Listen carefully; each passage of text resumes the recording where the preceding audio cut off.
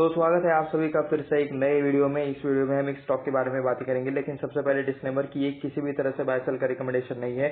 ये वीडियो सिर्फ रिसर्च या एजुकेशनल पर्पज के लिए है। ये मैं आपको क्लियर कट अभी डिस्क्लेमर दे देता हूँ। तो स्टॉक के बारे में बात करेंगे। स्टॉक का नाम है Westlife food world limited and यहाँ पे देख सकते हो 7% के आसपास 7.77% के आसपास आपको इस स्टॉक में तेजी देखने को मिल रही है।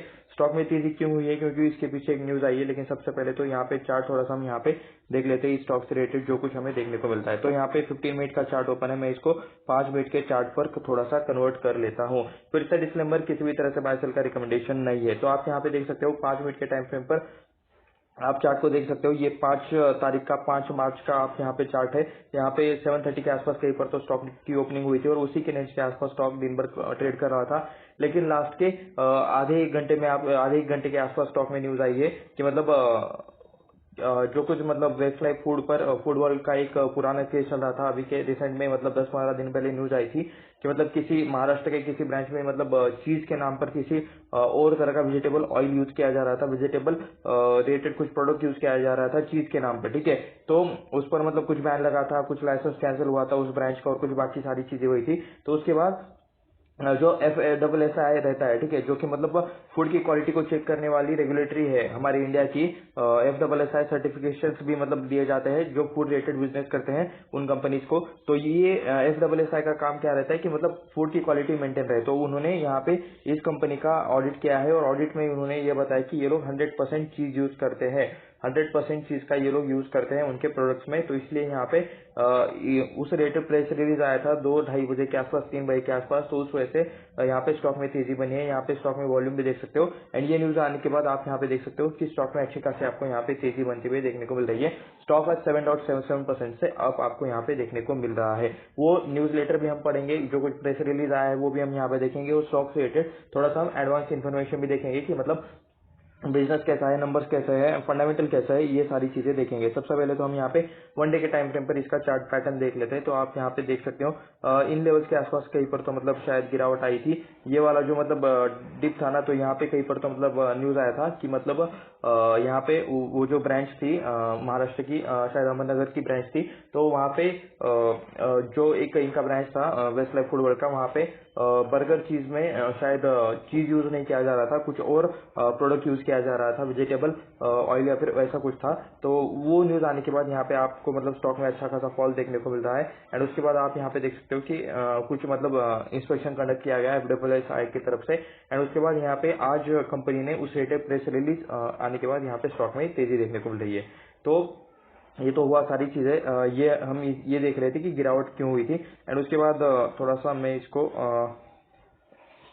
और ये कर लेता हूं ताकि हम यहाँ पे 1 साल का डेटा देख सके। तो 1 साल का अगर आप यहाँ पे लास्ट के 1 साल का डेटा देखोगे तो आप यहाँ पे क्लियरली देख सकते हो। लास्ट का 1 साल का अगर आप यहाँ पे लो देखोगे तो 650 के थोड़ा सा नीचे देखने को मिल रहा है। लास्ट ईयर के मार्च में ही मतलब लो के आसपास था, ऐसा शायद तो कह सकते हो। उसके बाद स्टॉक में तेजी हुई 1000 के आसपास का शायद इसने हाई लगाया। उसके बाद स्टॉक में फिर से आपको गिरावट देखने को मिल रही है। ये नवंबर में मतलब अच्छा खासा स्टॉक गिरा था। उसके बाद ये वाला पॉइंट आप यहाँ पे देख सकते हो, थोड़ा सा कंसोलिडेशन, थोड़ा सा डाउनवर्ड में ये स्टॉक अभी आपको देखने को मिल रहा है।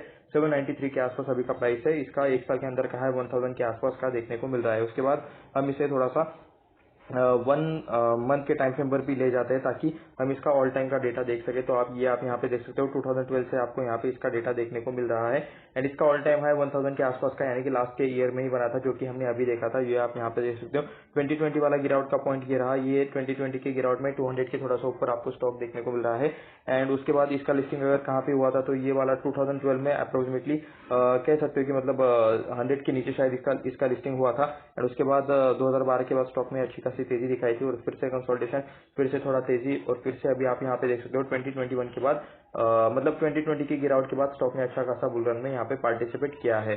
तो ये वाला कुछ आपको यहाँ पे डेटा देखने को मिल रहा है। स्टॉक आज 7.77% से अब भी देखने को मिल रहा है। तो चलिए इससे रिलेटेड कुछ हम यहाँ पे फंडामेंटल चीजें देख लेते हैं। सबसे पहले आज का प्रेस रिलीज देख लेते हैं कि क्या आया है उसमें। तो ये है आज का प्रेस रिलीज, आप यहाँ पे देख सकते हो। पीडीएफ मैंने BSE से डाउनलोड किए 5 मार्च 2024। यहाँ पे वेस्टलाइफ का लोगो भी आपको देखने को मिल रहा है, वेस्टलाइफ फूड वर्ल्ड लिमिटेड, ये आपको यहाँ पे नेम भी देखने को मिल रहा है। ठीक है, सब्जेक्ट की बात करोगे तो प्रेस मीडिया रिलीज एंड यहाँ पे देख सकते हो वेस्टलाइफ फॉर डेवलपमेंट रिलेटेड, ये कुछ स्क्रिप्ट बाकी चीजें लिखी है। ठीक है, तो ठीक है, यहाँ पे तो सिर्फ प्रेस रिलीज लिखा है। नीचे अगर आप यहाँ पे जाओगे तो असली चीजें आपको यहाँ पे देखने को मिल जाएगी। फर्स्ट पैराग्राफ में आपको देखने को मिल जाएगा मुंबई 5 मार्च 2024। ठीक है, तो मेन चीज हाईलाइट कर देता हूँ, 100% रियल चीज यहाँ पे आपको मेन वर्ड देखने को मिल रहा है। एंड यहाँ पे बाकी चीजें क्या है, ministry of health and family welfare में इसको थोड़ा सा छोटा कर लेता हूँ। ओके, ठीक है, तो एडमिनिस्ट्रेशन ऑफ द FSSAI, देखिए यहाँ पे नेम आ गया, food safety and standard authority of India under the administration of ministry of health and family welfare government of India has verified the चीज यूज्ड बाय मैकडोनल्ड इंडिया। ठीक है, McDonald India की तरफ से जो कुछ भी चीज यूज किया जाता है उसे वेरीफाई किया गया है FSSAI की तरफ से, और वो 100% रियल चीज उसे मतलब मिला है। ठीक है, यानी कि वो चीज ही है, 100% रियल चीज ही देखने को मिल रहा है। The verification confirms the brand assertion that uses 100% real cheese, that it does not use any cheese analogues और substitutes of any of its product. तो देख सकते हो आप यहाँ पे कि लोग 100% चीज यूज कर रहे हैं, ऐसा यहाँ पे FSSAI ने कंफर्मेशन दिया है, FSSAI ने सर्टिफिकेशन इन्हें दिया है। ठीक है, तो उसके बाद यहाँ पे क्या लिखा है, आर्टिकल्स क्वेश्चन चीज और product as a part of composite does not contain analogue in dairy context next in any form. ठीक है, तो कंफर्मेशन दिया है FSSAI ने कि बाबा ये एक चीज ही यूज करते हैं, उससे रिलेटेड मतलब कोई यहाँ पे मिक्सिंग या फिर कुछ और तरीके का यहाँ पे चीज देखने को नहीं मिल रहा है। बाय द वे, आपको क्या लगता है, मुझे लगता है कि काफी जल्दी इंस्पेक्शन FSSAI ने कंप्लीट कर दिया, मतलब इतनी ज्यादा शायद इनकी ब्रांचेस देखने को मिलती है, तो क्या मतलब 1-1.5 हफ्ते में ही मतलब FSSAI ने सारे इनको चेक करके सब क्लियर कर दिया। ठीक है, अभी मतलब यहाँ पे देख सकते हो 380 के आसपास मतलब इनके ब्रांचेस देखने को मिल रहे हैं, या आप यहाँ पे 380 देख सकते हो, 200 मिलियन इनके कस्टमर से एनुअल रीड्स 380। ठीक है, December 31 के डेटा के हिसाब से 380 रेस्टोरेंट्स इनके 62 सिटीज में। ठीक है, वो इनमें क्या क्या आता है, तेलंगाना आता है, गुजरात, कर्नाटका, महाराष्ट्र, तमिलनाडु, केरला, छत्तीसगढ़, आंध्र प्रदेश। ठीक है, Goa along with parts of Madhya Pradesh and union territory Pondicherry provides direct employment. ठीक है, 10,000 एम्प्लॉइज इनके पास है। तो यहाँ पे आपको काफी मतलब डेटा देखने को मिला है कंपनी के बिजनेस के बारे में। मैक कैफे के बारे में भी यहाँ पे लिखा हुआ है, McCafe 24/7 McDelivery, McBreakfast और डेजर्ट क्योस्क के। तो ये भी आपको मतलब कुछ इनके ब्रांड्स देखने को मिल रहे हैं, कुछ इनके अलग अलग टाइप के आउटलेट्स है, ड्राइव थ्रस भी देख सकते हो, स्टैंड अलोन रेस्टोरेंट भी अलग अलग टाइप के इनके हैं, ये देख सकते हो। तो ये इन्होंने बस मतलब यहाँ पे सर्टिफिकेशन दिया है FSSAI की तरफ से कि बाबा ये लोग चीज ही यूज कर रहे हैं, तो इस वजह से स्टॉक में तेजी बनी है। लेकिन कुछ ज्यादा ही फास्ट स्पीड हो गया ना, मतलब कुछ ज्यादा ही फास्ट FSSAI ने काम करके जल्दी जल्दी करके ये कर दिया। ठीक है, अभी मुझे तो ऐसा लगता है, आपको क्या लगता है आप मुझे नीचे कमेंट करके बताओ। तो चलिए कंपनी के थोड़ा सा फंडामेंटल्स देख लेते हैं कि मतलब कंपनी कैसे और क्या बाकी की सारी चीजें हैं। तो अभी हम आ चुके हैं स्क्रीनर पर आप यहाँ पे देख सकते हो। सबसे पहले तो अबाउट अस वाला हम यहाँ पे सेक्शन देखेंगे, तो आप यहाँ पे देख सकते हो अभी हमने जो न्यूज पढ़ी, मतलब जो न्यूज आर्टिकल PDF देखा, ठीक है, उसमें से ही कुछ डेटा देखने को मिल रहा है कि मतलब ये क्या है, focusing on establish operating McDonald restaurant across the west and south India. ठीक है, मैकडोनल्ड्स का यहाँ पे मतलब बिजनेस जो है वो लोग ये चलाते हैं, वेस्ट लाइफ फूड वर्ल्ड चलाता है इंडिया में मैकडोनल्ड्स का business, and it's Holi own subsidy of hard castle restaurants. ठीक है, HRPL। ठीक है, टुडे इट्स मैनेज 319। ओके, अभी आई थिंक हमने PDF में 320 पढ़ा था, यहाँ पे 319 लिखा है, वेबसाइट पर शायद 319 लिखा होगा, PDF में तो 320 अभी मतलब इनके रेस्टोरेंट्स हो चुके हैं। ठीक है, एंड यहाँ पे 223 मैक कैफे आउटलेट्स है वेस्ट एंड साउथ इंडिया में, easily accessible, popular locations like mall, high street, shopping complexes and residential areas after outlet presence. It employs close to 10,000 employees. तो 10,000 के आसपास इनके पास एम्प्लॉइज और बाकी की सारी चीजें आप यहाँ पे देखने को मिल रही है। मैकडोनल्ड का इनका ब्रांड है, सिंपल सा इनका मतलब आप में से हर किसी को मैकडोनल्ड पता ही होगा। आपके मतलब अगर आप मेजर बड़ी सिटी में रहते हो तो मतलब इनका आउटलेट आपके यहाँ पे होगा ही होगा। ठीक है, तो क्विक सर्विस रेस्टोरेंट रिलेटेड इनका फास्ट फूड रिलेटेड बिजनेस है, सभी को इनके रिलेटेड पता है। इनका वेबसाइट भी हम यहाँ पे चेक करेंगे। 795 के आसपास प्राइस चला है, 8% के आसपास की तेजी यहाँ पे देखने को मिल रही है। थोड़ा सा डिफरेंस रहता है हर चार्ट में, यहाँ पे आपको डिफरेंस देखने को मिलता है। ठीक है, करंट प्राइस 795 के आसपास है, 12,398 करोड़ का मार्केट कैप है, यानी कि ये मिड कैप कंपनी आपको यहाँ पे देखने को मिल रही है।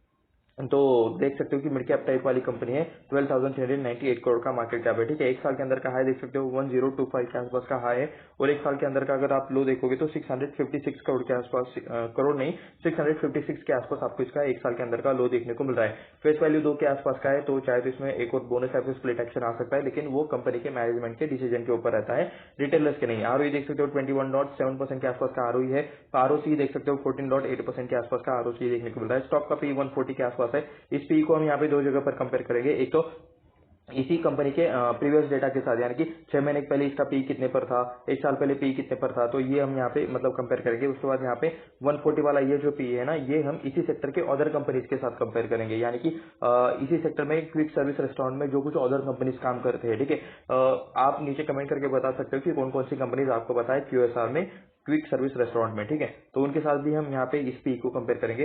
36 के आसपास बुक वैल्यू चल रहा है, अपने बुक वैल्यू के काफी गुना ये ट्रेड कर रहा है, अप्रोक्सीमेटली 10x तो नहीं, 20x से भी ज्यादा, 22x के या फिर 23x के आसपास ये ट्रेड कर रही है, ऐसा चलेगा आप यहाँ पे कह सकते हो। उसके बाद नीचे चलते हैं, चार्ट हम ऑलरेडी देख चुके हैं, अभी हमें यहाँ पे पी चेक करना है, पी रेशियो चेक करना है, तो मैंने यहाँ पे क्लिक कर लिया है पी पर, और यहाँ पे 5 सालों का पी आपके सामने हाजिर है। तो आप यहाँ पे देख सकते हो बीच में कंपनी लॉस में चली गई थी, अक्टूबर 2020 से लेकर अक्टूबर 2022 तक कंपनी लॉस में थी, क्योंकि यहाँ पे ईपीएस माइनस में देखने को मिल रहा है, अर्निंग पर शेयर माइनस में -6.65, ठीक है, -6.683। तो धीरे धीरे करके इनका लॉस कम होता गया, और यहाँ पे 18 मई 2020 का लॉस, मतलब लास्ट माइनस वाला ईपीएस -0.11 के आसपास देखने को मिला है। तो कोविड वाला टाइम था, ऐसा चाहे तो आप यहाँ पे कह सकते हो। उसके बाद यहाँ पे देख सकते हो अभी का जो अगर ईपीएस मतलब चेक करोगे तो यहाँ पे 6.9 के आसपास का ईपीएस है, और 121 के आसपास का पी चला है, 133 के आसपास का अभी का, मतलब 2 मार्च का तो पी है।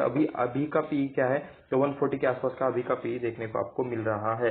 तो इसका पी बाय द वे काफी हाई पर रहता था, 204 के आसपास भी मतलब इसका पी हाई गया था, और सबसे हाईएस्ट अगर आप यहाँ पे देखोगे तो 17 जुलाई 2020 को इसका पी आपको देखने को मिला है 624 के आसपास। तो काफी ज्यादा मतलब इसका पी देखने को मिल रहा है, अगर हम मैक्स की बात करेंगे, ठीक है, उस टाइम पे। लेकिन अभी आप ओके, बीच बीच में मतलब कभी लॉस कभी प्रॉफिट, ऐसा चीज आपको यहाँ पे देखने को मिल रहा है। ये तो कोविड वाले टाइम में ये लोग लॉस में चले गए थे। उसके बाद यहाँ पे देख सकते हो लॉन्चिंग के बाद जनवरी 2015 से लेकर जनवरी 2018 तक 3 सालों तक ये लॉस में थे, ये आप यहाँ पे एग्जैक्टली देख सकते हो। तो यहाँ पे आपको ईपीएस भी माइनस में देखने को मिल रहा है। उसके बाद अगर हम यहाँ पे थोड़ा सा मतलब 10 ईयर छोड़कर हम यहाँ पे 5 सालों का ही डेटा कंपेयर कर लेते हैं, तो 5 सालों में आप यहाँ पे देख सकते हो कि पी का हाईएस्ट तो 600 के आसपास थे, लेकिन वो उस टाइम पे मतलब वो लॉस में थे, तो वो वाला पॉइंट तो हम यहाँ पे इग्नोर ही कर देते हैं। तो रिसेंट का अगर पी का हाई देखा जाए तो 200 के आसपास का पी का हाई है, और अभी का जो देखने को मिला है वो 145 के आसपास देखने को मिल रहा है।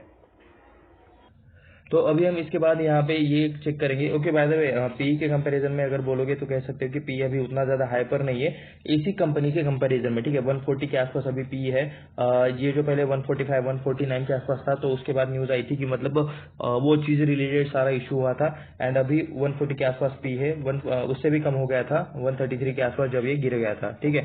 तो प्रोज एंड कॉन्स में आप यहाँ पे देख सकते हो, कुछ पॉइंट्स आपको यहाँ पे देखने को मिल रहे हैं। अपने बुक वैल्यू के 22 टाइम्स ट्रेड कर रहा है, हमने अंदाजा लगाया था, लेकिन वही एग्जैक्ट नंबर देखने को मिल रहा है। उसके बाद अगर कुछ एक्स्ट्रा चीजें चेक करोगे तो लो रिटर्न ऑन इक्विटी है, लास्ट के 3 सालों में लो रिटर्न ऑन इक्विटी कम देखने को मिल रहा है। क्यों? क्योंकि मतलब ये प्रॉफिट लॉस में इस चक्कर में देखने को मिल रहे हैं, एंड अभी अगर ऐसी न्यूज़ आएंगे तो और भी यहाँ पे थोड़ा सा दिक्कत हो सकता है। लेकिन फिर भी चलो, आज तो सर्टिफिकेशन आ गया कि मतलब रियल चीज ही यूज करते हैं ये बोलकर, ठीक है।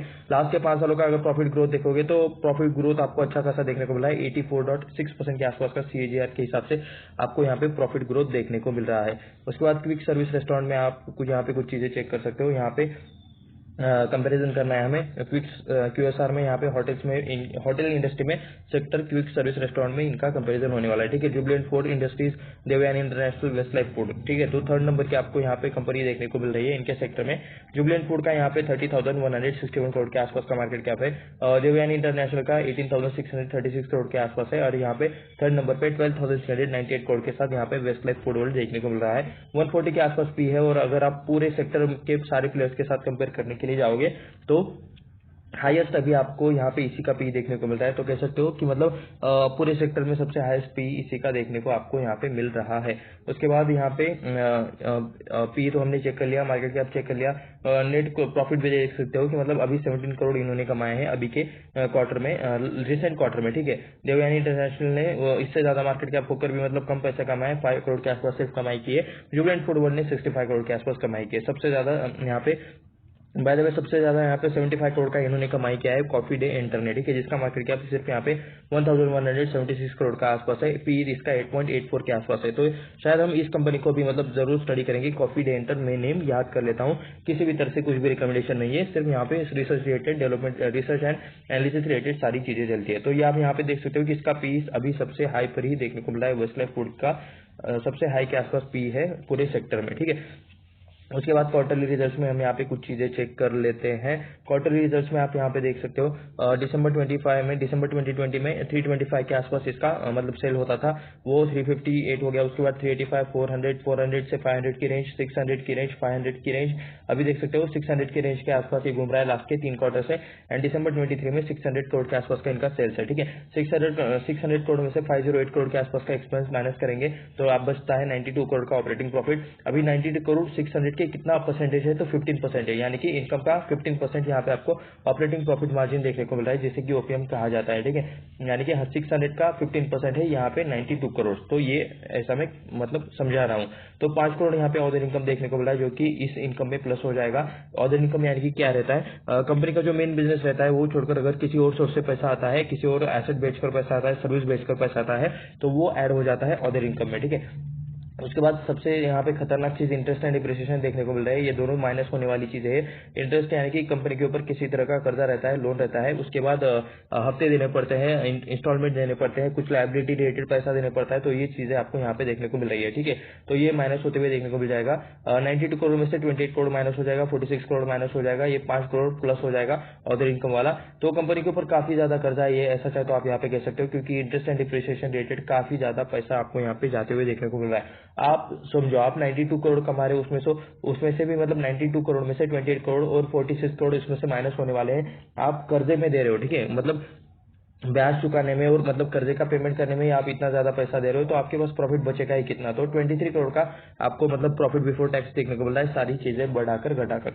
तो उसमें से 25% का टैक्स अगर आप यहाँ पे पे करोगे, ठीक है, 23 करोड़ में से 25% का टैक्स पे करने के बाद आप यहाँ पे देख सकते हो 17 करोड़ के आसपास का आपको नेट प्रॉफिट देखने को मिल रहा है। उसके बाद सितंबर 2020 तक तो कंपनी यहाँ पे माइनस में थे, आप यहाँ पे देख सकते हो सितंबर 2021 तक तो कोरोना का इफेक्ट हो सकता है। तो उसके बाद हम यहाँ पे कंपैरिजन करेंगे 21 करोड़, 15 करोड़, 24 करोड़, 32 करोड़, 36 करोड़, 22-17। तो सेल्स में इंक्रीज देखने को मिला है, लेकिन यहाँ पे क्वार्टरली में यहाँ पे नेट प्रॉफिट एक ही रेंज में घूमते हुए आपको देखने को मिला है। नेट प्रॉफिट में यहाँ पे मतलब काफी ज्यादा वॉलेटिलिटी देखने को मिल रही है, उल्टा कम ज्यादा कम ज्यादा कम ज्यादा ऐसा टाइप वाला देखने को मिल रहा है। ठीक है, तो नेट प्रॉफिट में वॉलेटिलिटी है, लॉस से प्रॉफिट में तो आ गए, लेकिन स्टिल नेट प्रॉफिट में यहाँ पे वॉलेटिलिटी देखने को मिल रही है।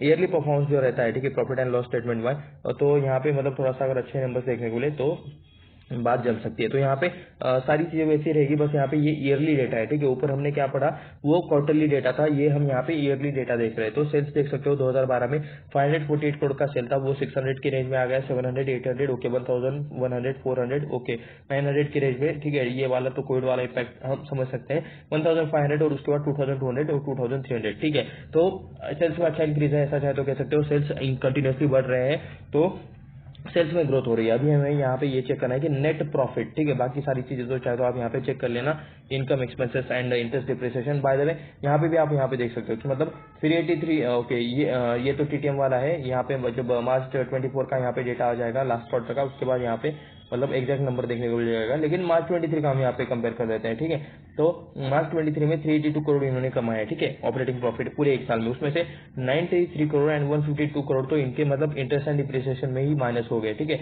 यहाँ पे मतलब इतना ज्यादा पैसा इनका मतलब मुझे लगता है कि 50% से भी ज्यादा पैसा इनका इंटरेस्ट एंड डिप्रिसिएशन देने में ही जा रहा है। तो 149 करोड़ के आसपास का इनका ऑपरेटिंग प्रॉफिट बचा, प्रॉफिट बिफोर टैक्स बचा। ठीक है, तो कितना मतलब अप्रोक्सीमेटली इसे हम मतलब सिर्फ 18 करोड़ का कमी है इसमें, वो भी चलो यहाँ पे और 12 करोड़ ऐड हो गए, तो यहाँ पे कह सकते हो कि अप्रोक्सीमेटली 400 करोड़ इन्होंने कमाया। तो 400 करोड़ में से सिर्फ 149 करोड़ इनके पास ऑपरेटिंग प्रॉफिट के नाम पर बचे, तो काफी ज्यादा इनका पैसा लोन एंड डिप्रिसिएशन रिलेटेड चीजों में जा रहा है। उसके बाद ठीक है, तो लोन रिलेटेड चीजों को इन्हें यहाँ पे हैंडल करना चाहिए, कुछ तो करना चाहिए कि जिस वजह से मतलब इनका यहाँ पे प्रॉफिट मार्जिन बढ़े। प्रॉफिट मार्जिन तो अच्छा है, लेकिन इंटरेस्ट एंड डिप्रिसिएशन में जो पैसा जाता है वो कम जाए। ठीक है, तो नेट प्रॉफिट देख सकते हो मार्च 2012 में 42 करोड़, उसके बाद 33, उसके बाद 1 करोड़ 29 माइनस में लॉस किया, उसके बाद 3 करोड़, उसके बाद माइनस 12 करोड़, उसके बाद 13 करोड़, 21 करोड़, उसके बाद 20 हर 2-3 साल बाद ये लॉस कर रहे हैं। ठीक है, ये मतलब कुछ अलग चीज है। मार्च 21 में इन्होंने फिर से लॉस किया, मार्च 22 में लॉस थोड़ा सा कम किया, मार्च 2023 में काफी अच्छा बिजनेस करके 112 करोड़ के आसपास का इन्होंने नेट प्रॉफिट क्या है, ठीक है। अभी टीटीएम में यहाँ पे 89 करोड़ के आसपास का देखने को मिल रहा है। तो वोलेटिलिटी तो कम्प्लीटली देखने को मिल रही है। यहाँ पे देख सकते हो -99 करोड़ का कभी लॉस करते हैं, कभी -2 करोड़ के आसपास लॉस करते हैं। अभी तो प्रॉफिट में है, अभी ये प्रॉफिट कंटिन्यूसली दिखना चाहिए। तो यहाँ पे क्वार्टरली रिजल्ट आपको हमेशा चेक करना चाहिए। और यहाँ पे नेट प्रॉफिट जो है वो कंटिन्यूसली आपको यहाँ पे वोलाटाइल ही देखने को मिल रहा है। नेट प्रॉफिट में यहाँ पे कंसिस्टेंट ग्रोथ के नाम पर मतलब चीजें नहीं है, यहाँ पे वोलाटिलिटी ही देखने को मिल रही है। रिटर्न ऑन इक्विटी देख सकते हो लास्ट के 10 सालों में तो मतलब 0% का रिटर्न ऑन इक्विटी दिखा रहा है। 10 सालों का यहाँ पे CAGR हुए 8% के आसपास का है। कंपाउंडेड प्रॉफिट ग्रोथ 18% है एंड बाकी के मतलब सेल्स ग्रोथ देखोगे तो 10% 10 सालों में 13% के आसपास है। तो ये बाकी की भी मतलब सारी चीजें अगर आपको चेक करना है तो चेक कर सकते हो। रेशोज है एक्चुअली ये। उसके बाद बोरिंग हमें यहाँ पे कर्जा देखना है तो bye the way long term borrowing तो यहाँ पे 0 देखने को मिल रही है। अगर यहाँ पे कर्जा नहीं है तो इंटरेस्ट एंड डिप्रिसिएशन भी इतना ज्यादा पैसा जा कहाँ पे रहा है, ठीक है। लीज लायबिलिटी रिलेटेड कुछ चीजें 1034 करोड़ के आसपास का, ओके। तो शायद मतलब लीज रिलेटेड जो चीजें हैं, क्योंकि मतलब इन्हें अपना फ्रेंचाइज खोलना रहता है तो जगह लीज पर लेते हैं जो, तो उसका रेंट रहता है, उसका लीज रिलेटेड शायद एग्रीमेंट और रेंट रिलेटेड चीजें उसमें भी मतलब अच्छा खासा पैसा जा रहा है। तो शायद ये डिप्रिसिएशन में जो चीज आता है तो वो शायद लीज लायबिलिटी रिलेटेड हो सकता है। जिस किसी को भी अच्छा खासा नॉलेज हो वो प्लीज नीचे कमेंट करके बताए, क्योंकि बहुत सारे लोग एडजस्टमेंट करते हैं, ये खर्चा उधर डालते हैं, वो वाला खर्चा इधर डाल देते हैं। तो वो वाला कुछ आपको बताए तो नीचे कमेंट करके जरूर बताइए। तो शॉर्ट टर्म बोरिंग देख सकते हो 231 करोड़ के आसपास का देखने को मिल रहा है। लॉन्ग टर्म बोरिंग तो यहाँ पे 0 ही देखने को मिला है। तो कंपनी के ऊपर ज्यादा किसी तरह का कर्जा नहीं है, लेकिन लीज लायबिलिटी और शॉर्ट टर्म बोरिंग भी ठीक है, 1 साल में मतलब मैनेज हो जाता है। लीज लायबिलिटी रिलेटेड चीजें आपको ज्यादा देखने को मिल रही है। रिजर्व देख सकते हो 191 करोड़ के यहाँ पे 2012 में रिजर्व से जो भी हो चुके हैं 532 करोड़ के आसपास के। तो यहाँ पे आप यहाँ पे देख सकते हो। उसके बाद फिक्स एसेट भी हम यहाँ पे थोड़ा सा चेक कर लेते हैं। तो लैंड देख सकते हो इनके पास सिर्फ 15 करोड़ के आसपास का लैंड है, ओके। 209 करोड़ के आसपास का पहले फिक्स एसेट था जो अभी 1676 करोड़ के आसपास हुआ है। तो फिक्स एसेट में अच्छी ग्रोथ है। बिल्डिंग देख सकते हो 486 करोड़ के आसपास के इनके पास बिल्डिंग देखने को मिल रहा है। 5 करोड़ के आसपास का इक्विपमेंट है, 3 करोड़ के आसपास का कंप्यूटर है, 76 करोड़ के आसपास का फर्नीचर एंड फिटिंग्स है, 5 करोड़ के आसपास का व्हीकल्स है और 86 करोड़ के आसपास का यहाँ पे इंटेंजिबल एसेट देखने को मिल रहा है। उसके बाद चलिए थोड़ा सा हम नीचे चलते हैं। Ratios, debited days, okay. यहाँ पे शेयर होल्डिंग पैटर्न हम चेक करेंगे। उसके बाद एक और चीज एक्स्ट्रा हम यहाँ पे चेक करेंगे, ठीक है। चीज यानी कि वो वाला चीज नहीं, खाने वाला चीज नहीं, एक और हम यहाँ पे फैक्टर देखेंगे, ठीक है। उसके बाद शेयर होल्डिंग पैटर्न देख सकते हो 2017 में 62% के आसपास प्रमोटर थे। तो प्रमोटर्स ने अपना माल बेचा है 56% के आसपास अभी है। तो कह सकते हो कि 4, 6, 7 तो 7% के आसपास का हिस्सा प्रमोटर्स ने बेचा है यहाँ पे लास्ट के 6 सालों में, ठीक है। तो प्रमोटर्स ने अपना हिस्सा बेचा है। तो उसमें भी मतलब हम यहाँ पे देखेंगे कि क्या सारी चीजें। एफआईएस पहले 5.43% थे जो अभी 10% हो चुके। तो एफआईएस ने यहाँ पे 5% के आसपास का हिस्सा माल खरीदा है, ऐसा चाहे तो कह सकते हो। तो एफआईएस ने यहाँ पे बाइंग की। उसके बाद डीआईएस देख सकते हो 16% के आसपास पहले डीआईएस थे जो भी हो चुके 23%। तो डीआईएस ने भी यहाँ पे बाइंग की है। डीआईएस यानी कि इंडिया के म्यूचुअल फंड, इंडिया के एसआईपी करने वाले बड़े बड़े इंस्टीट्यूशन और कुछ बड़े इन्वेस्टर्स, ठीक है। पब्लिक देख सकते हो 15.65% के आसपास पहले थी जो अभी 9% हो चुकी है। पब्लिक ने अपना माल बेचा है, ठीक है। एफआईएस ने खरीदा है, डीआईएस ने खरीदा है, प्रमोटर्स ने बेचा है। शायद मैंने गलती से पहले बोल दिया होगा कि एफआईएस और डीआईएस ने बेचा है। तो ठीक से सुनो, अभी मैं मतलब रिपीट कर देता हूँ कि यहाँ पे प्रमोटर्स ने माल बेचा है, ठीक है। 62% का यहाँ पे 56% क्या है, ठीक है। एफआईएस ने खरीदा है 5%, एफआईएस ने खरीदा है, डीआईएस ने भी खरीदा है 16% से। ये लोग 23% तक गए हैं, यानी कि 4, 5, 6, 7% के आसपास तक डीआईएस ने भी खरीदा और यहाँ पे पब्लिक ने माल बेचा है। पब्लिक के पास पहले 15% का हिस्सेदारी था जो भी 9% के आसपास देखने को मिल रहा है। तो एक बार हम ये चेक कर लेते हैं कि प्रमोटर्स में आपको कौन कौन से नाम देखने को मिल जाते हैं, क्योंकि प्रमोटर्स में जो नाम देखने को मिल जाएंगे यही आपको कंपनी के बोर्ड ऑफ डायरेक्टर्स में भी देखने को मिल जाएंगे। हॉरिजन इंपेक्स प्राइवेट लिमिटेड के पास 30% के आसपास का शेयर है। उसके बाद शुभ आशीष एक्जिम प्राइवेट लिमिटेड के पास 21.43% के आसपास का शेयर है। मैकिंगो होल्डिंग लिमिटेड के पास 2% के आसपास का शेयर है। अचल जतिया, ठीक है, इनके पास 1.91% के आसपास का है। अनुराग जटिया 0.40। तो ये कुछ बाकी के सारे मेंबर्स है। Amit Jatia, Achal Exim private limited, Vinmore leasing holding limited, Adamas industries private limited, ये हॉरिजन इंप्लेक्स प्राइवेट लिमिटेड, ये हमने ऊपर भी नेम पढ़ा था अबाउट में। यहाँ पे वो मतलब HIPL ऐसा कुछ नाम लिखा था शॉर्ट फॉर्म में, किस किस को याद है, जस्ट हमने मतलब 5 मिनट पहले देखा था। Saubhagya Impex private limited, Shri Ambika trading, उसके बाद अक्षय अमित जटिया, आयुष जटिया, उसके बाद बनवारी लाल जटिया, अमित जटिया चुअब। तो ये कुछ जटिया फैमिली आपको जो देखने को मिल रही है, यही मतलब इनसे रिलेटेड आप यहाँ पे चीजें लिंक्डइन या फिर गूगल पर सर्च कर सकते हो। लिंक्डइन पर इनसे रिलेटेड आपको मतलब चीजें मिल जाएगी। इनका क्वालिफिकेशन क्या है, एजुकेशन क्या है, कितना इन एक्सपीरियंस है और क्या जॉब रोल पर ये मतलब कंपनी में या फिर इनके मतलब जो इनका जुबिलियंट फूड का मतलब पूरा सब कुछ रहेगा प्लांट या फिर जो कुछ उसमें क्या जॉब रोल पर है ये आपको वहां पर लिंक्डइन पर देखने को मिल जाते हैं। एंड सेम कंपनी के वेबसाइट पर भी मतलब बोर्ड ऑफ डायरेक्टर्स में आपको यही लोग ज्यादातर देखने को मिल जाते हैं, वहां पर भी आपको इनसे रिलेटेड इन्फॉर्मेशन देखने को मिल जाती है। चाहे तो इसका स्क्रीनशॉट ले लो। बाय द वे ये 0% से भी कम वाले के यहाँ पे मतलब ज्यादा आपको टेंशन लेने की जरूरत नहीं, लेकिन यहाँ पे देख सकते हो ये वाला पार्ट यानी कि 0% से भी मतलब जिनका ज्यादा होल्डिंग है ये वाले लोगों को आपको यहाँ पे हमेशा कंसीडर कर देना चाहिए। उसके बाद थोड़ा सा हम नीचे चलते हैं, क्योंकि यहाँ पे FI और DI भी ज्यादा देखने को मिलते हैं। तो देख सकते हो आप यहाँ पे कौन कौन से FI अपना यहाँ पे माल कम ज्यादा करते रहते हैं। अरे सही यहाँ पे इंडिया फंड लिमिटेड, न्यू लेना इन्वेस्टमेंट लिमिटेड, सॉरी अगर मैंने गलत प्रोनाउंस किया होगा तो आप मुझे नीचे कमेंट्स में करेक्ट कर देना। फ्रैंकलिन टेम्पल्टन इन्वेस्टमेंट फंड ये यहाँ पे मतलब अपना हिस्सा कम ज्यादा करते रहते हैं। Small cap world fund, stitching depository, APG emerging markets equity pool, उसके बाद government of Singapore. Government of Singapore का मतलब शायद गवर्नमेंट ऑफ सिंगापुर हमारे इंडिया में इन्वेस्ट करने वाली सबसे बड़ी FI है। ऐसा मैंने मतलब न्यूज पढ़ा था कहीं पर, तो आपको अगर मतलब ये कंफर्म है, अगर ये सेक्शन और आपको कुछ इसके बारे में फैक्ट्स बताए तो नीचे कमेंट करके जरूर लिख देना। DIs यानी कि इंडियन म्यूचुअल फंड्स में यहाँ पे कौन कौन अपना हिस्सा कम ज्यादा करते रहते हैं, तो चलिए इनके नाम पढ़ लेते हैं। SBI म्यूचुअल फंड है, जिसके बाद Arisaig partnership PT limited, SBI equity hybrid, ICICI Prudential life insurance company, उसके बाद Franklin India smaller companies, Franklin India flexi cap, उसके बाद सुंदरम म्यूचुअल फंड, उसके बाद DSP small cap fund, Mirae asset hybrid, Canara Robeco mutual fund, उसके बाद Nippon life India trustee. ये आपको कुछ म्यूचुअल फंड देखने को मिल रहे हैं जो अपना हिस्सा यहाँ पे कम ज्यादा करते रहते हैं। तो हम जो मतलब एक्स्ट्रा पॉइंट देखने वाले थे वो हम प्रॉफिट एंड लॉस स्टेटमेंट में एक्चुअली क्या देखने वाले थे, एक्सपेंसेस में हम यहाँ पे क्लिक करेंगे। एंड यहाँ पे आप देख सकते हो मटेरियल कॉस्ट है, मैन्युफैक्चरिंग कॉस्ट है, एम्प्लॉइज कॉस्ट है, अदर कॉस्ट है। ठीक है, तो शायद यहाँ पे मटेरियल कॉस्ट नहीं आने की मतलब रॉ मटेरियल रिलेटेड कॉस्ट रहेगा। उसके बाद मैन्युफैक्चरिंग कॉस्ट तो उस मटेरियल को शायद बनाने का या फिर कुछ और रहेगा। एम्प्लॉइज कॉस्ट यानी कि पेमेंट एम्प्लॉइज में कितना यहाँ पे खर्चा जाता है, तो ये है। तो यहाँ पे शायद लीजिंग रिलेटेड कुछ चीजें देखने को नहीं मिल रही जो शायद डिप्रिसिएशन में ऐड होते हैं, तो इसके बारे में मुझे तो अभी कंफर्म आइडिया नहीं है। अगर मतलब मैं इसके बारे में और रिसर्च करूंगा और उसके बारे में आपको कंफर्म चीज बताऊंगा। ठीक है, ऐसा ही मतलब एक और वीडियो में अपलोड करूंगा चैनल पर, जैसे ही मुझे सारी चीजें प्रॉपर्ली समझ में आ जाए, कंफर्मली मुझे पता चल जाए। ठीक है, तो थोड़ा सा हम आगे चलते हैं। तो हम यहाँ पे अभी गूगल पर आ चुके हैं। हम यहाँ पे देखेंगे कि स्टॉक ने कितने टाइम में कितने रिटर्न दिए। आज का यहाँ पे वन डे का पूरा परफॉर्मेंस देख सकते हो। यहाँ पे अप्रोक्सीमेटली मतलब कितने बजे न्यूज आई, अप्रोक्सीमेटली 2:10 के आसपास से मतलब स्टॉक में तेजी हुई है। तो उसके 2 बजे के आसपास शायद ये न्यूज आई थी या फिर 2:05 के आसपास ये न्यूज आई थी। तो जैसे मतलब ये न्यूज आई तो ये आप यहाँ पे देख सकते हो कि मतलब स्टॉक में तेजी आपको देखने को मिल रही है। यहाँ से लेकर अगर आप यहाँ पे भी मतलब पकड़ लोगे, ठीक है, तो आपको यहाँ पे 7% के आसपास, 8.5% के आसपास, ओके नहीं है एक्चुअली 10% तक का मूव आया है। ठीक है, मतलब ये वाला लो अगर हम यहाँ पे पकड़े जब मतलब न्यूज आने से पहले, तो न्यूज आने से पहले से लेकर मतलब जो इसने हाई बनाया तो वो आप यहाँ पे देख सकते हो 10% के आसपास का यहाँ पे आपको तेजी देखने को मिल रहा है। एंड मतलब उसमें से कुछ प्रॉफिट बुकिंग हुआ होगा, कुछ बाकी मतलब ये स्टॉक का ओपनिंग का मतलब प्राइस भी रहा होगा।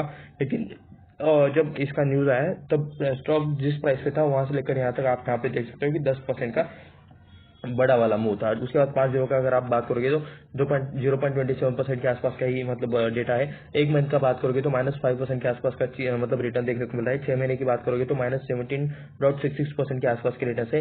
एक साल के स्टार्टिंग से, इस साल के स्टार्टिंग से बात करोगे तो -3.93% के रिटर्न है। एक साल की बात करोगे तो 17.71% के आसपास के रिटर्न है। 5 सालों की अगर आप यहाँ पे बात करोगे तो देख सकते हो 180% के रिटर्न है लास्ट के 5 सालों में। और मैक्स की अगर आप यहाँ पे बात करोगे तो 180% के आपको यहाँ पे रिटर्न देखने को मिल रहे हैं वेस्टलाइफ फूड वर्ल्ड रिलेटेड। ठीक है, मतलब 2012 से डेटा देखने को मिला है, लेकिन यहाँ पे अगर चार्ट देखोगे तो यहाँ पे 23 अगस्त 2019 के आसपास से ही चार्ट देखने को मिला है। तो क्या कंपनी उस टाइम पे लिस्ट हुई थी? आप मुझे नीचे कमेंट करके बताओ, क्योंकि यहाँ पे मतलब काफी लिमिटेड चार्ट देखने को मिल रहा है। तो ठीक है, चलिए अभी हम यहाँ पे आते हैं मेन चीज पर, कंपनी के बिजनेस पर, यानी कि कंपनी की वेबसाइट पर हम यहाँ पे थोड़े से बिजनेस रिलेटेड चीजें देखेंगे। तो servicing happiness with extra care, तो ये आप यहाँ पे देख सकते हो। तो और फ्रेश प्रोड्यूस, ओके चेंज कर लिया यार, ये तो मजाक कर लिया कंपनी ने हमारे साथ। ओके, बाय द वे यहाँ पे शायद आप ये क्या है, वी आर फन, तो ये यहाँ पे आई एम लिमिटेड वाला ये इनका लोगो और बाकी सारी चीजें आप यहाँ पे देख ही सकते हो। तो वी आर कस्टमर ऑब्सेस्ड, ठीक है। इसको बाय द वे वो वाला जो first we inspire trust, first slide यहाँ पे कहाँ से आएगा? ओके, वेज और नॉन वेज किचन इनके सेपरेट होते हैं। और food is prepared fresh right when you order it. Okay, your food is never touched with bear hands and we are accessible. We are 300 plus इनके restaurants मतलब strong restaurants है।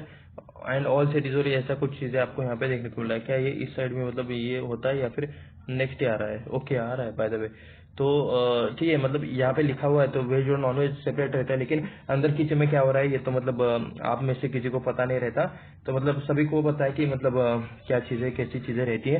एक बार मतलब news भी आया था, एक फोटो वायरल भी हुआ था। मैं यहाँ पे किसी कंपनी की बुराई नहीं कर रहा हूँ, लेकिन फैक्ट्स बता रहा हूँ, ठीक है। एक बार कुछ मतलब फोटोज वायरल हुए थे, उस फोटो में क्या था क्या नहीं, आप नीचे मतलब कहीं पर भी गूगल पे सर्च करोगे तो आपको मिल जाएगी। तो अबाउट वेस्ट लाइफ फूड में आप यहाँ पे देख सकते हो वन ऑफ दी, ओके बात कुछ भी हो जाए ना, ये फास्ट फूड ही है। और इन फास्ट फूड ना मतलब आपकी बॉडी के लिए उतना ज्यादा अच्छा नहीं रहता। मतलब हाँ यूथ के लिए तो ठीक है, लेकिन फिर भी ठीक है, एज हेल्थ केयर मैं आपको ये चीजें मतलब बता रहा हूँ, सजेस्ट नहीं कर रहा, मैं बस मेरा व्यू बता रहा हूँ, ठीक है। तो बाकी कंपनी मतलब अच्छा खासा बिजनेस कर रही होगी, काफी अच्छा खासा सब कुछ कर रही होगी, तो उससे रिलेटेड तो हम यहाँ पे डेटा देखने आए हैं। One of the fastest growing players in quick service restaurant QSR में ये लोग मतलब फास्टेस्ट ग्रोइंग है, 3rd नंबर पर ये कंपनी है। Formerly known as Westlife Food Development and focus on distribution operating McDonald related, मतलब ये लोग ब्रांड यहाँ पे इंडिया में चला रहे हैं, ठीक है। एंड यहाँ पे नेशनल स्टॉक एक्सचेंज पर ये लिस्टेड भी है, ये यहाँ पे ऐसा देखने को मिला है। मिड बस, ठीक है, इनका मिस्टर द चीज you eat is McDonald is fake, ठीक है। एक केस तो मिला था, ठीक है, मतलब यहाँ पे इन्होंने मिड बस्ट करके लिखा है, तो यहाँ पे मतलब the cheese slice in your favourite blogger milk based is real चीज, तो यहाँ पे मतलब शायद मतलब काफी फास्ट FSSAI ने वर्क किया और यहाँ पे इनकी चीज को इन्होंने अच्छा खासा प्रूव कर दिया है। लेकिन आप सभी को पता है कि मतलब जब स्पॉट हुआ था, जब मिला था, तब तो मतलब फेक चीज ही मिला था, चीज के नाम पर कुछ और दे रहे थे, तो वो चीज मिला था। तो अभी यहाँ पे ये चीज हट चुका है, ऐसा चाहे तो आप यहाँ पे देख सकते हो। उसके बाद यहाँ पे मतलब ब्रांड एक्सटेंशन रेटेड, ये मैक कैफे रेटेड इनका एक ब्रांड है। Beverage destination choice to coffee rated चीज है ये। उसके बाद मैक ब्रेकफास्ट रेटेड ब्रांड है, ये आप यहाँ पे देख सकते हो। इनके ऊपर चाहे तो क्लिक करके और चीजें चाहे तो आप ऐड करके मतलब देख सकते हो, ठीक है। डेजर्ट के उसके भी यहाँ पे देखने को मिल रहा है। उसके बाद रेस्टोरेंट काउंट में देख सकते हो 319 के आसपास रेस्टोरेंट है, यही से मतलब स्क्रीन में डेटा उठाया होगा। लेकिन रिसेंट जो PDF हमने देखी उसमें आपने सभी ने देखा है कि 320 के आसपास का रेस्टोरेंट काउंट बता रहे हैं, 10,000 के आसपास का शायद एम्प्लॉइज बता रहे हैं, 1,500 तो ये रेवेन्यू और बाकी सारी चीजें, investment in cold storage and 95 full locations. तो ये कुछ इनके रिलेटेड मतलब बिजनेस रिलेटेड चीजें हैं। क्विक लिंक्स एंड कॉन्टेक्टस में इनका बाय द वे ऑफिस का है महाराष्ट्र में, प्रभादेवी में, मुंबई में, सेनापति बापट मार्ग यानी कि मुंबई में इनका मेन ऑफिस देखने को मिल रहा है। तो यहाँ पे हम यहाँ पे क्या देखेंगे, बिजनेस पर एक बार हम यहाँ पे क्लिक कर लेते हैं। HRPL या इनका जो मेन कंपनी है, पेरेंट कंपनी है, तो ये इस रिलेटेड चीज हम यहाँ पे देख लेते हैं। तो हार्ड कैसल रेस्टोरेंट HRPL ये आप यहाँ पे देख सकते हो। QSR सब segment in informal eating out industry. HRPL is master franchise which operates a McDonald brand restaurant in West and South India. Okay, under the master franchise agreement arrangement and McDonald corporation. तो HRPL इनका main parent company है और वही सारी चीजें यहाँ पे India में मैनेज करता है। ये रिलेटेड चीजें आप यहाँ पे देख सकते हो, ठीक है। और रेस्टोरेंट कैटेगरीज में ये मतलब बाकी सारी चीजें चाहे तो आप यहाँ पे चेक कर सकते हो। मैकडोनल्ड के बारे में वैसे ज्यादा बताने की जरूरत नहीं है, ठीक है। बिजनेस पे क्लिक किया, उसके बाद पीपल कम्युनिटी मीडिया पीपल पर एक बार हम यहाँ पे क्या है, life at way investing in our people नहीं देखना, कम्युनिटी इन्वेस्टर्स कम्युनिटी पे एक बार यहाँ पे क्लिक कर लेते हैं। तो ठीक है, ब्रांड बनाने से रिलेटेड ये लोग ये चीजें, बिजनेस पर एक बार क्लिक कर लेते हैं, ब्रांड एक्सटेंशन पर यहाँ पे हम क्लिक कर लेते हैं। तो मैकडोनल्ड मतलब बाय द वे आपको सब मैक कैफे भी मतलब पता ही होगा, मैक डिलीवरी भी पता ही होगा। McDelivery was launch in India in 2005 with aim to enable utmost consumer convenience being a step ahead of consumer trends. By the way मतलब मैकडोनल्ड लोग मतलब ज्यादा डिलीवर मतलब घर पे खाना पसंद नहीं करते, जहाँ तक मुझे लोगों का नेचर पता है। लोगों को मॉल्स में या फिर इनके शॉप्स में मैकडोनल्ड खाना मतलब मैकडोनल्ड रिलेटेड वो जो बर्गर रहता है वो खाना पसंद है, ठीक है।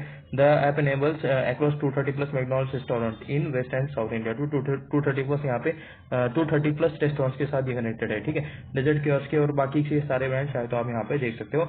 एंड यहाँ पे कॉन्टेक्टर्स मीडिया अबाउट अस के बारे में शायद ज्यादा यहाँ पे चीजें हमें ना मिले।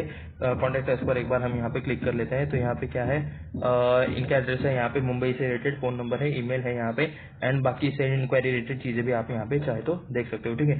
तो क्विक लिंक्स है, इन्वेस्टर्स और कम्युनिटी और बाकी के मतलब सारी चीजें हैं। तो ठीक है, इनके बिजनेस के बारे में क्या ही पता है, क्योंकि मतलब सभी को इनके रिलेटेड चीजें पता ही है। ये एक QSR में काम करने वाली, बर्गर रिलेटेड काम करने वाली, एक बर्गर रिलेटेड बड़ा ब्रांड चलाने वाली ये कंपनी है। तो ये किसी भी तरह से बायसेल का रिकमेंडेशन नहीं था, ये वीडियो सिर्फ रिसर्च एजुकेशनल पर्पज के लिए था।